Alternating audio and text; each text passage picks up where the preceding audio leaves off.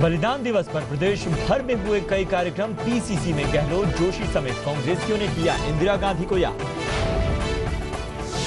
की। तो पीसीसी में आज सुबह पूर्व प्रधानमंत्री इंदिरा गांधी की पुण्यतिथि पर श्रद्धांजलि सभा का आयोजन हुआ। इस मौके पर लौह पुरुष सरदार वल्लभ भाई पटेल को भी याद किया गया। बलिदान दिवस पर मुख्यमंत्री अशोक गहलोत, प्रदेश कांग्रेस अध्यक्ष डॉक्टर सीपी जोशी, केंद्रीय राज्य मंत्री नमो नारायण मीणा, परिवहन मंत्री बृजकिशोर शर्मा और सांसद महेश जोशी समेत सभी कांग्रेस नेताओं ने 2 मिनट का मौन रखा। इस मौके पर मुख्यमंत्री ने अपने दिल की बात बताई और कहा कि खुद की हत्या से कुछ दिन पहले ही इंदिरा जी ने मुझसे कहा था कि मेरी जान कभी भी जा सकती है, लेकिन देश की अखंडता को कायम रखने के प्रयास जारी रहेंगे। कांग्रेस के नेताओं और कार्यकर्ताओं के लिए आज अहम दिन था। आज कांग्रेस जनों ने एक साथ कांग्रेस के 2 दिग्गज नेताओं पूर्व प्रधानमंत्री इंदिरा गांधी और लौह पुरुष सरदार वल्लभ भाई पटेल को श्रद्धा सुमन अर्पित किए। श्रद्धांजलि के मौके पर कांग्रेस मुख्यालय में युवक और महिला कांग्रेस की कार्यकर्ताओं ने रक्तदान किया। मुख्यमंत्री अशोक गहलोत और डॉक्टर सीपी जोशी ने रक्तदान करने वाले कांग्रेसियों का हौसला बढ़ाया। इंदिरा गांधी की तस्वीर पर श्रद्धा के फूल अर्पित करने के बाद मुख्यमंत्री और जोशी ने सर्वधर्म प्रार्थना सभा में हिस्सा लिया।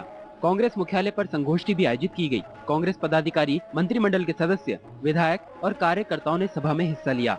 इंदिरा गांधी को याद करते हुए मुख्यमंत्री गहलोत ने मार्मिक अंदाज में उनकी मौत से जुड़ी बातें बताई।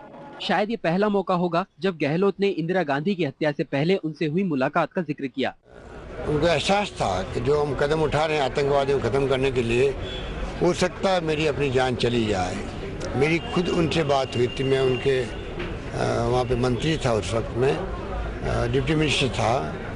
तब उन्होंने खुद ने आशंका व्यक्त की हुई थी कि हो सकता है जान चली जाए, पर देश की एकता के लिए, देश की अखंडता के लिए बड़े कदम उठाए गए, आतंकवादियों को नेस्तनाबूद करने के लिए, और आखिर में भी देश के लिए शहीद हो गई। कांग्रेस जन इंदिरा गांधी की पुण्यतिथि को बलिदान दिवस के रूप में मनाते हैं। याद करते हैं गांधी परिवार की शहादत को और उनसे जुड़ी यादों को, जिनके कारण वे जनता में लोकप्रिय थी। आपको बता दें कि पहली बार सांसद बनने के बाद गहलोत को इंदिरा गांधी सरकार में उप मंत्री बनने का अवसर मिला था। बेहद युवा मंत्री के तौर पर वे इंदिरा गांधी मंत्रिमंडल का हिस्सा थे। पूरी दुनिया में उन्होंने इस देश की महिलाओं का मान और सम्मान बढ़ाया। 17 साल लगातार करीब करीब वो प्रधानमंत्री रही और उन्होंने देश का इतिहास नहीं बल्कि भूगोल बदल के रख दिया।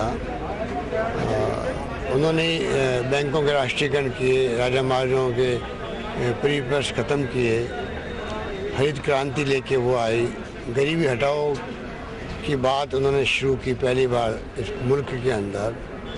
20 पॉइंट प्रोग्राम उन्होंने दिए और पूरा गांव, गरीब और देश के आम आदमी के प्रति समर्पित थी वो। देश को आजाद कराने में अहम भूमिका निभाने वाले सरदार वल्लभ भाई पटेल को भी कांग्रेस नेताओं ने याद किया। इस मौके पर पटेल को भावभीनी श्रद्धांजलि दी गई। Yogesh Sharma, ETV news, Jaipur. बढ़ते आगे, निकाय चुनाव की कसरत में जुटी कांग्रेस ने आज 46 जगहों के लिए पर्यवेक्षकों को घोषणा कर दी। उम्मीदवार चयन को लेकर भी कांग्रेस ने मापदंड बना दिए हैं। आपराधिक रिकॉर्ड वाले नेताओं को प्रत्याशी नहीं बनाया जाएगा, वहीं स्थानीय दावेदार को तरजीह दी जाएगी। इस बारे में कांग्रेस मुख्यालय में एक अहम बैठक हुई। बैठक में मुख्यमंत्री अशोक गहलोत और प्रदेश कांग्रेस अध्यक्ष डॉक्टर सीपी जोशी ने कांग्रेस से जुड़े निकाय प्रमुखों से अलग अलग स्तर पर फीडबैक लिया। कांग्रेस के राष्ट्रीय सचिव विवेक बंसल भी कांग्रेस मुख्यालय में नेताओं से मिले। सीपी जोशी ने पर्यवेक्षकों के नाम पर अंतिम मुहर लगाने के साथ ही खास निर्देश भी जारी किए। पर्यवेक्षकों को निर्देश दिए हैं कि वो 2 और 3 नवंबर तक संबंधित निकायों में बैठक आयोजित करके स्थानीय कांग्रेस जनों के बीच समन्वय स्थापित करें। वहीं 4 नवंबर तक प्रस्तावित प्रत्याशियों की सूची पूरी रिपोर्ट के साथ प्रदेश कांग्रेस को पेश करें। इस बैठक में फैसला हुआ कि 4 नवंबर तक उम्मीदवारों के नामों पर अंतिम सहमति हो जाएगी। चुनाव प्रचार के लिए 2 स्तर पर समितियां भी बनेंगी। 3 तरह के चुनाव हो रहे हैं, उसमें नगर निगम के स्तर पर स्टेट लेवल की कैंपेन कमेटी बनाएंगे और डिस्ट्रिक्ट लेवल पर हम डिस्ट्रिक्ट कैंपेन कमेटी बनाएंगे, जिसमें जो हमारे जिला कांग्रेस कमेटी के अध्यक्ष, MP, MLA के उम्मीदवार, ब्लॉक कांग्रेस कमेटी के अध्यक्ष, अग्रिम संगठनों के अध्यक्ष और कांग्रेस के जो वरिष्ठ नेता हैं वहाँ पर रहते हैं, उन सबको जोड़कर एक अभियान समिति बनाएंगे जो इस पूरे चुनाव को संचालित करेगी। ऐतिहासिक निर्णय लिया है कि लोकल सेल्फ गवर्नमेंट में चुने हुए प्रतिनिधि जनता के प्रति सीधे जवाबदेह हों, अकाउंटेबिलिटी के साथ साथ ट्रांसपेरेंसी भी हो।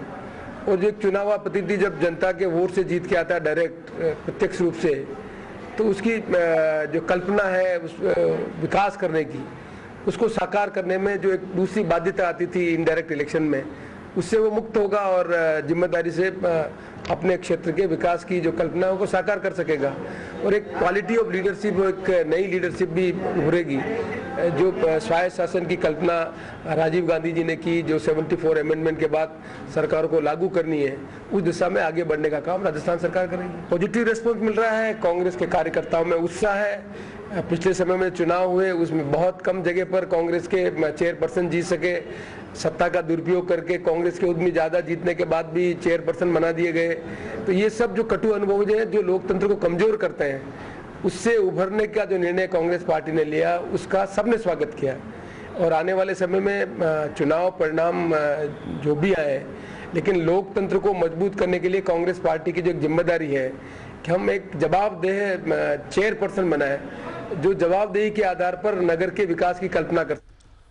और यहाँ रुकेंगे एक छोटे से ब्रेक के लिए। ब्रेक के बाद जल्द हाजिर होते हैं, आप बने रहिए हमारे साथ।